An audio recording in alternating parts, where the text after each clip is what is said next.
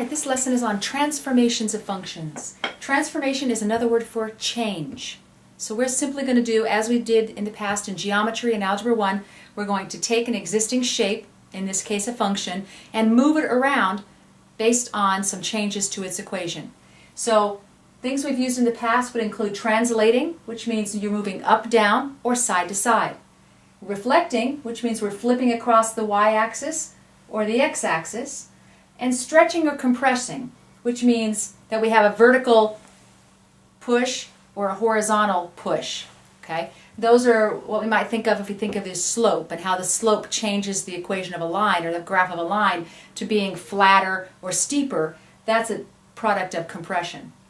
I want to remind you of vertex form of a quadratic function because it tells you where all of those pieces come into play.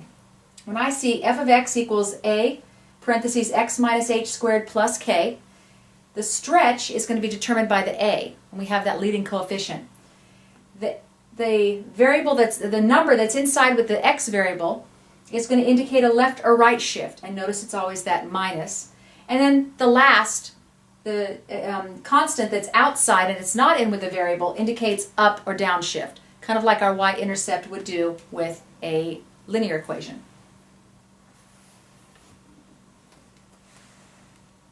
So why in the world do you have to learn all this about transformations? Because it can be a lot of information.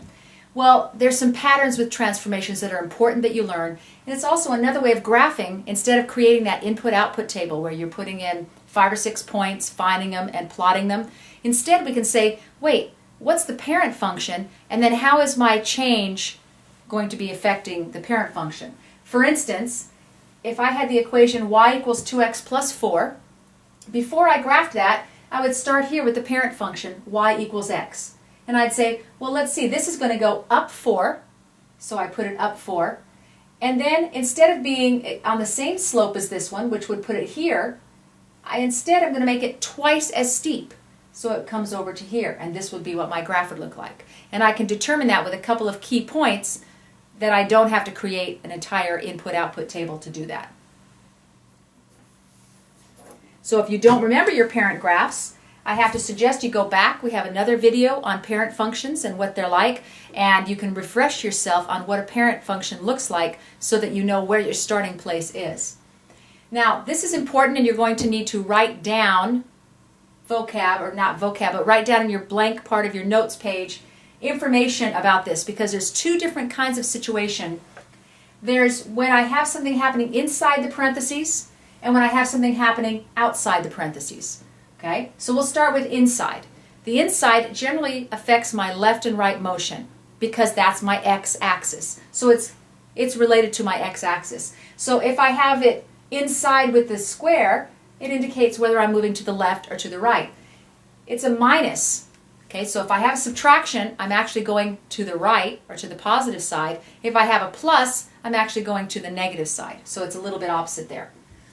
Now, if I have my y equals negative x squared, see how the negative sign is in the parentheses with the x? That's going to reflect across the y-axis.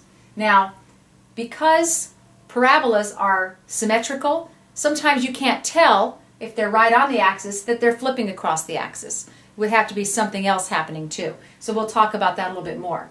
And then the other one would be y equals, notice I have my 2x inside and then my squared. This indicates a horizontal stretch of the graph. So taking my original parabola and stretching it. Okay? But the vertical, on the outside, it all affects my up and down motion. So I start here, y equals x squared plus k. That k indicates how much I'm going up and how much I'm going down. And it keeps the same sign as the original does, unlike my h, which changes signs. I might also see, I know you've had these before, y equals negative x squared. Outside the parentheses. That means I'm reflecting across the x-axis. That's when we get our parabolas that are upside down. And then last, which I know we've seen, y equals 2x squared. Okay? I have a larger number here indicates that my parabola will be becoming steeper, closer to the y-axis, vertically.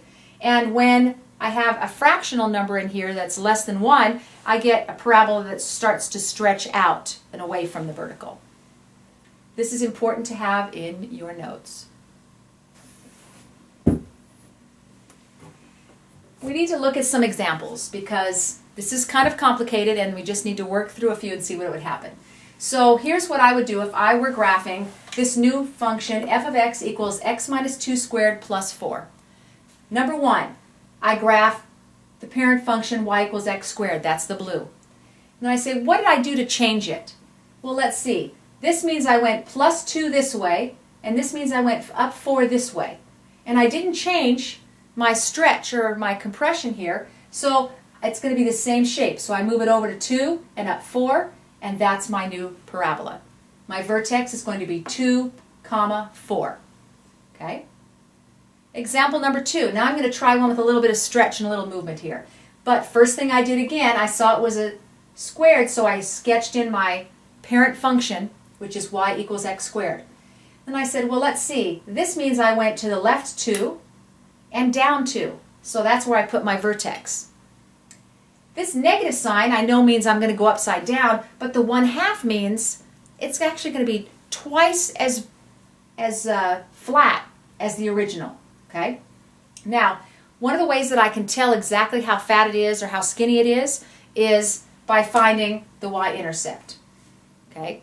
If I already know what my vertex is, I can tell that right away, but maybe I need one more point just to make sure my graph is not too flat or too skinny.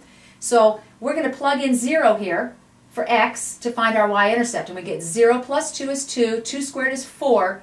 Now we're going to take half of 4, which is 2, negative 2, negative 2 minus 2 is negative 4. So I know that it crosses the y-axis at negative 4. And that gives me the information that I need to say how is my shape going to look? How flat is it or how steep is it? What's that going to look like? Because I know I'm going to mirror that over to the other side. So once again, if you plug in a 0 for x in any of these functions, you'll get the y-intercept. And that combined with the vertex or another key point will help you to see exactly how the shape is going to go. Okay, here's a linear example, which I know you know how to graph linear equations, but I want to make sure that you understand that they follow the same rules. We don't always learn it that way when we're first starting out, but all of these things follow the same pattern. So I'm being asked to graph f of x equals negative x plus 2. So the first thing I did was draw in red here y equals x. That's my parent graph. It goes right through the origin, cuts these axes in half. It's perfectly beautiful right there. And then I said, you know what, that plus 2 means it would go up 2. And so I actually dotted in where I thought that one would go if it didn't have that negative sign in front. What would that equation look like, or what would that graph look like? And that would be my dotted green up there. It's just running parallel to this one and up 2. But this negative x means I'm going to flip this, okay?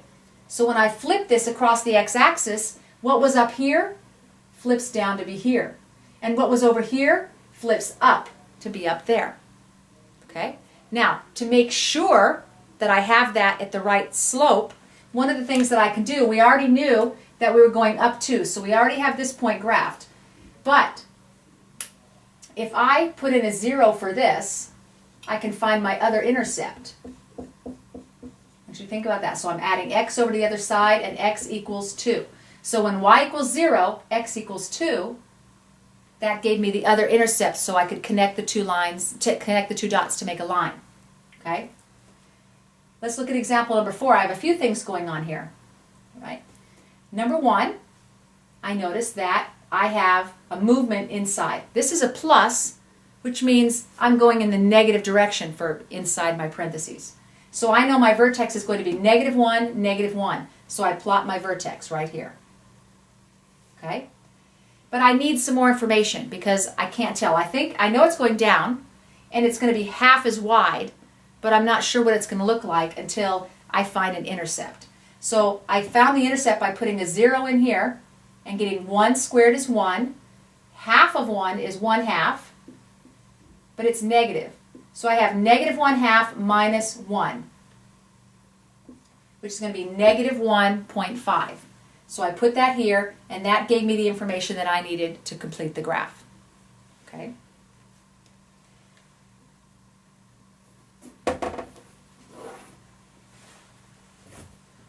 Okay, now here's the kind of problem that we might get. the parent function f of x is equals x squared is vertically stretched, make a note of that,